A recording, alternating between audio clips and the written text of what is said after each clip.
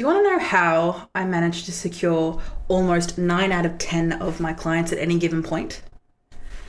And I'll tell you, it's not showboating and giving them all the praise. It's being consistent. If you're tired of the old cookie cutter marketing advice and want to take your personal brand to the next level with bold, actionable strategies that truly reflect you, you're in the right place. Let's untangle your marketing mayhem with Zoe, the video confidence coach, on the Unboring Your Brand podcast. Unboring Your Brand was recorded on Wadawurrung land.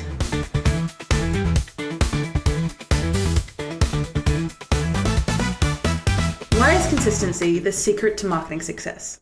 Now, as you can imagine, this entire podcast episode is about consistency, so it's not exactly a secret. But I want to break down this idea of this nebulous cloud of consistency, especially when it comes to your marketing, because you get told this by gurus, but also by people who are regulars or experts in marketing. Consistency, consistency, consistency. That is what a lot of people, especially in this space, talk about. But I want to be able to break down this thing that we all know that we should be doing when it comes to our brands, but somehow life, procrastination, and everything else always gets in the way. But here's the deal. If you want your personal brand or your small business to actually work, to actually grow, for people to see and recognize that you show up consistently for them and to serve them, you need to be regular, you need to be reliable, and you need to show that you are a friend that always brings snacks. And the snacks being, good service and all the work that you do in your business. And that's why consistency matters. It's not about always being there and, well, yes, it is in a way. What I mean by this is consistency is about building trust. And for your business or your brand to work, people need to trust you. Strangers need to trust you. Strangers need to see that you are there to answer their questions, to help them get over the hurdle, to fix their problem, to be the solution, and to build that trust. And for them to eventually give you money, hopefully. You need to be able to be seen doing that same thing over and over and over and over again. If you are showing up once in a blue moon, people are going to forget about you because you go, whoop, yep, they've lost you. Or you're not going to stick in people's minds. So when they do, maybe the people that you work with or your target audience don't necessarily have this problem all the time. Like, it's not a constant burden on their life. But when it is a burden in their life, they need to know who to turn to. And who they turn to is you, if they can remember that you exist. So to do that, you need to be always up the arse of your audience. I know that sounds a bit childish for me to say, but you need to be consistent and also just be there. Now, yes, you can do this in many different ways. And of course, I'll get into that in the rest of this podcast episode. But your audience needs to know what to expect. And when they need to know what to expect of you, you need to be the one showing up every day.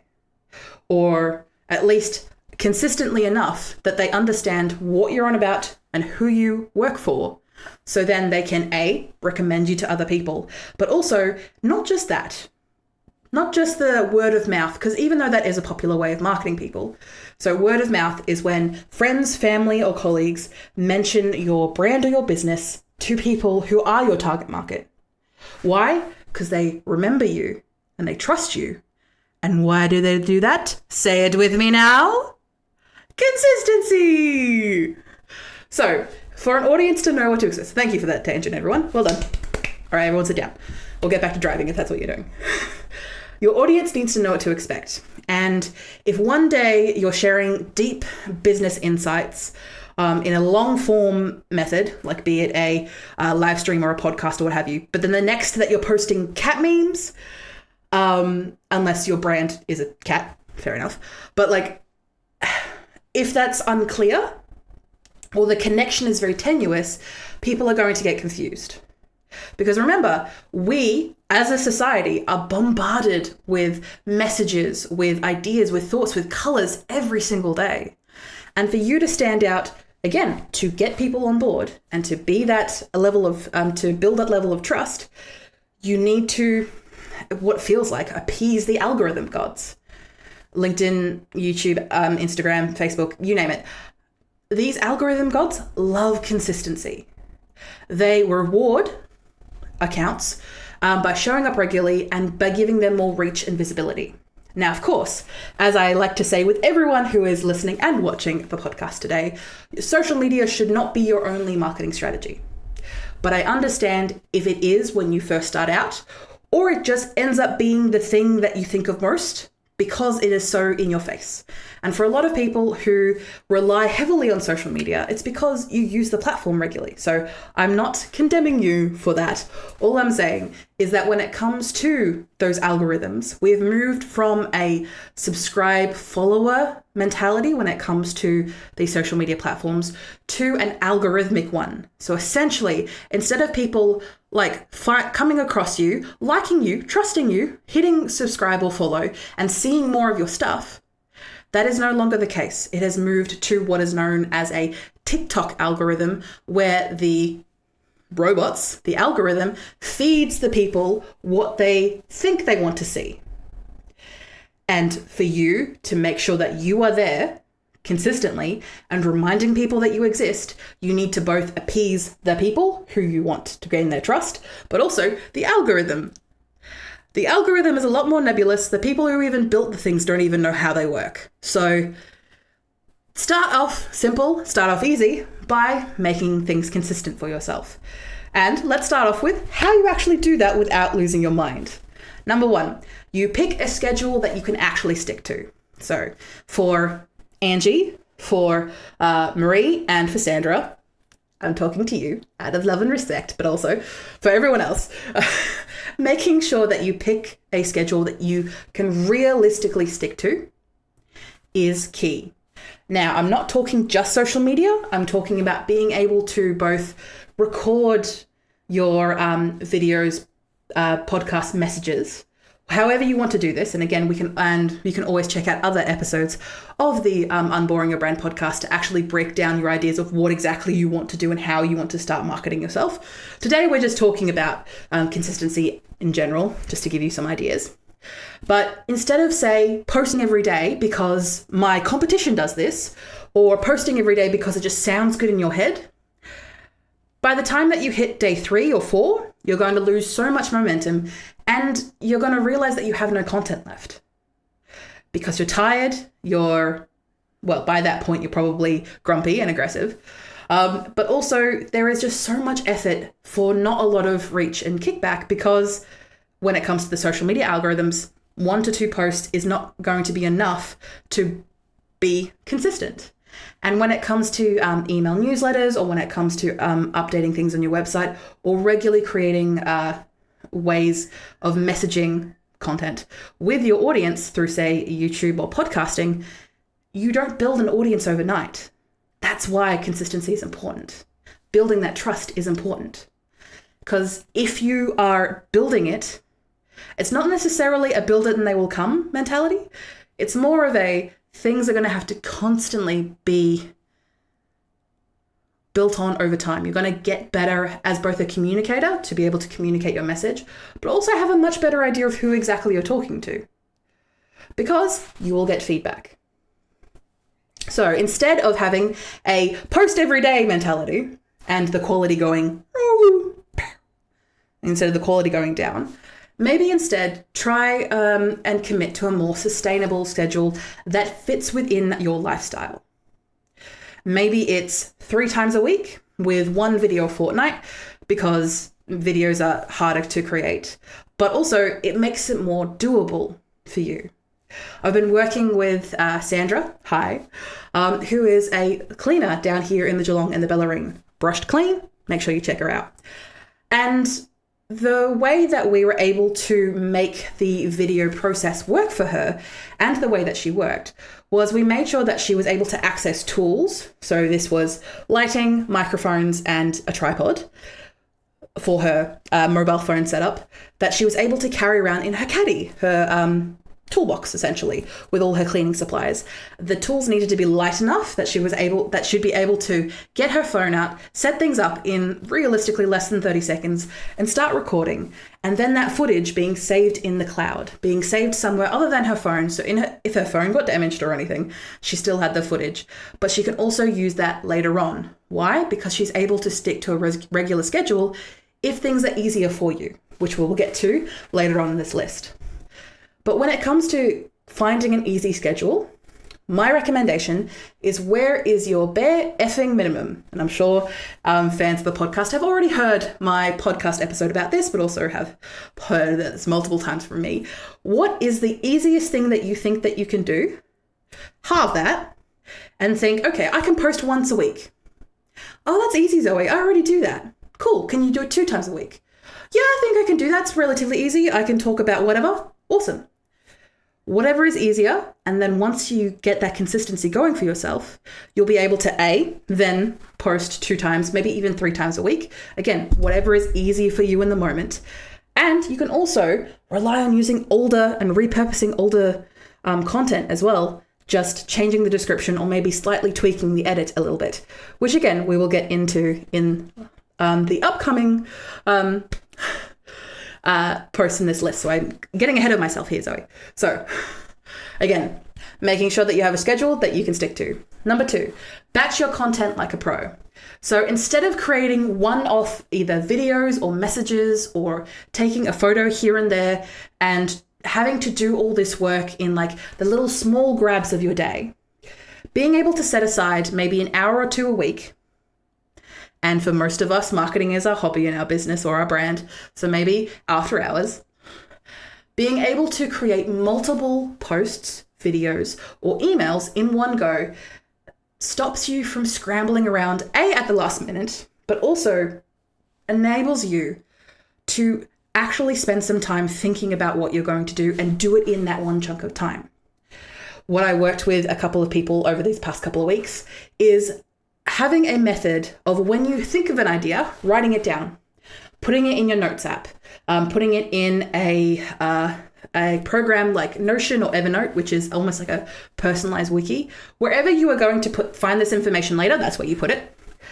Something like a notebook is usually quite useful.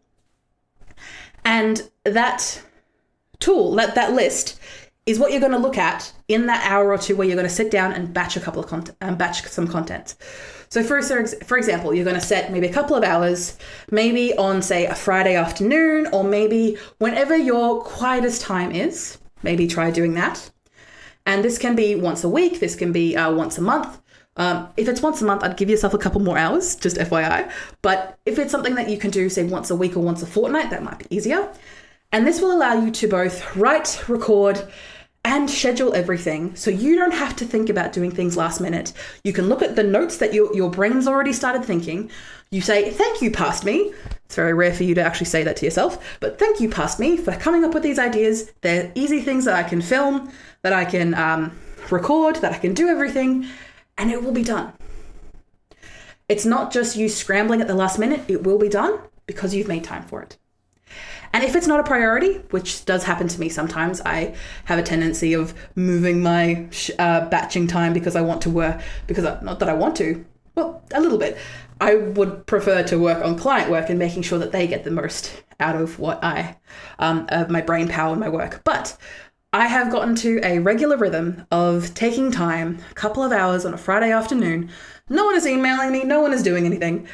And that gives me time to batch a bunch of content, not just for my own email, newsletter, social media, website, not just that, but it allows me to think of things ahead of time.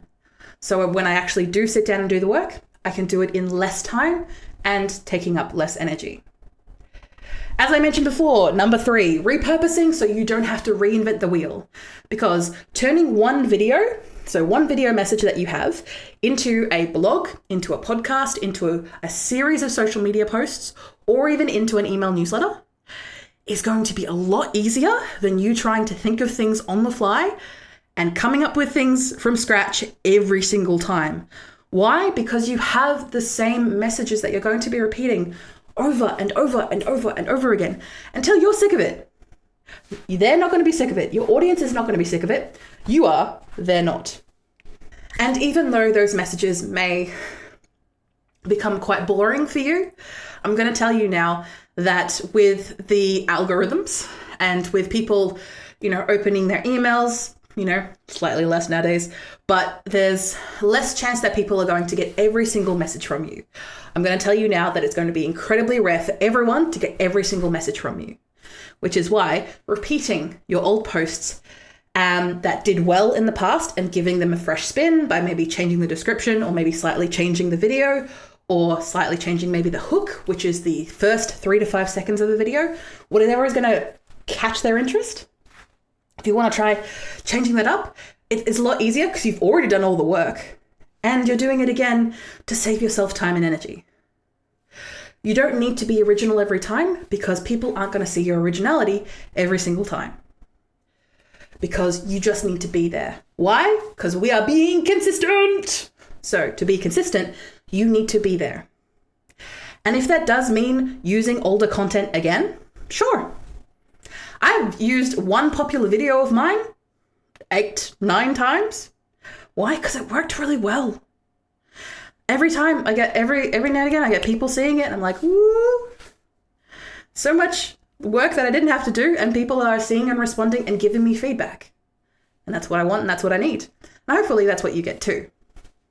Fourth thing on my list of making things easy for you to stay consistent is making being consistent stupidly easy for yourself.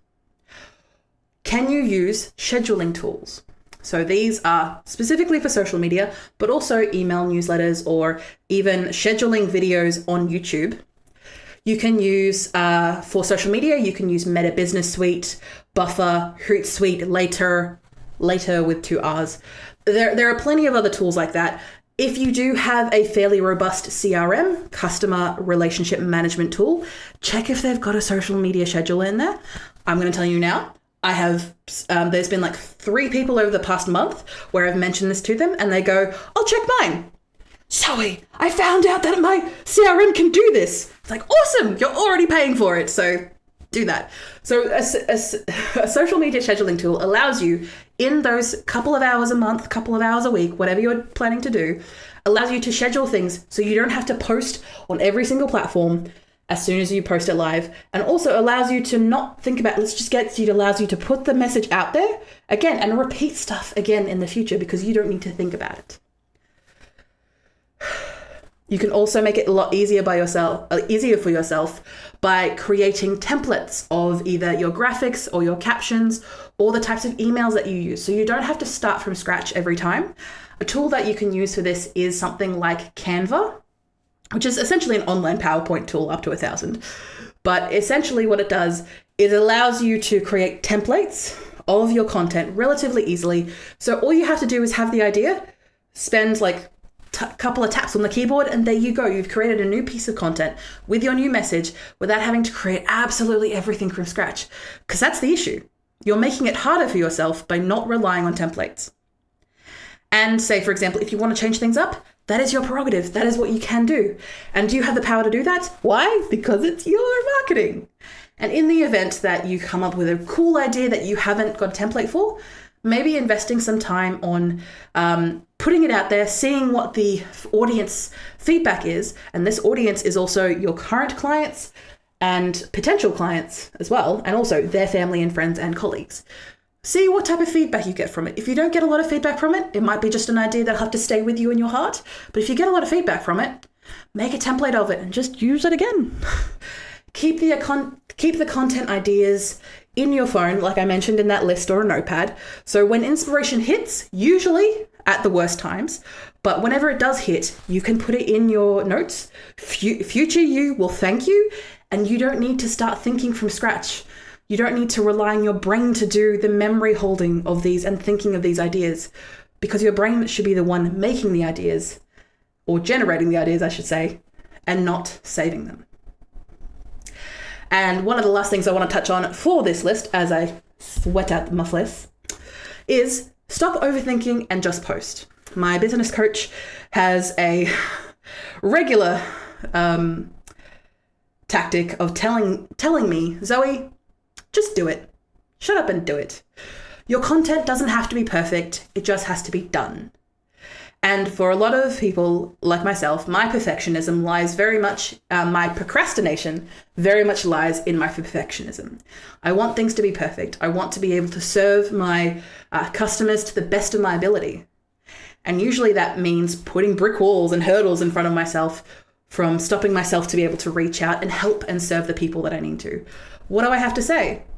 I've got a list of things to say, as I usually do. But I put roadblocks in front of it, which I shouldn't be doing because I help other people do the same to take down those roadblocks. No one is going to remember a slightly awkward Instagram story, or no one's going to remember a slightly off-kilter post. What they will remember is that you disappeared for 6 months. That when they were scrolling on their feed as they were calming down from work or maybe a family get together or what have you, and they're scrolling on their phone and they don't see you. And they wonder where you've gone. They don't remember your name, but they remember what you look like. They remember the messages you were giving them. And when people outside of your influence go in to check you out on social media, on your email list, on your website or your YouTube, they see the last time that you posted. They see the last message that you sent. And if it's more than a month, people get worried. Are you still in business? Are you still able to help me solve my problem? And if the answer is yes, then you need to be there. And if the answer is no, then that's okay. You can just let it go. Building a personal brand isn't about going viral once. It's about being the go-to person in your space. And that only happens if you keep showing up. And if you keep being consistent, you will be there. It doesn't have to be perfect, doesn't have to be right. You are just there. So let's make a deal. Don't worry, just you and me. Let's pick a schedule and try and stick to it and actually hit post. Your future self, your business, your brand, and your audience will thank you. So what I'm going to ask you to do is pick a time, maybe in a week from now or even 2 weeks from now, depending on how busy you are as you're listening or watching this, and say, I'm going to put a email newsletter together. I'm going to do a 30-second video. Again, whatever is the easiest thing for you to do. And say, by this point next week, it's going to be done. It doesn't have to be perfect. Doesn't even have to be good. Just has to be done. And while you're at it, especially when you're on your phone, you're going to go to Apple Podcasts or Spotify Podcasts and give me 5 stars. Also, if you don't like the podcast, you can always just let me know that in the comments or in the reviews as well. I'd love to know so I can better improve and hopefully be more consistent for you. Thank you for listening or watching Unboring Your Brand. You can find detailed show notes with tools, offers, and episode transcriptions. Just click the first link in the description or go to vcc.training/podcast. Get involved and ask me anything about personal branding, video strategy, or just a friendly small business chat via my email, g'day@vcc.training. That is gday@vcc.training. The Video Confidence Coach would like to acknowledge and pay my respects to the Wadawurrung people of the Kulin Nation, the traditional custodians of the land on which I record my podcast. I pay my respects to their elders past and present. I stand with the traditional custodians of these lands in working towards a more equal future. Always was, always will be Aboriginal land. Look forward to me chatting at you next week, superstars.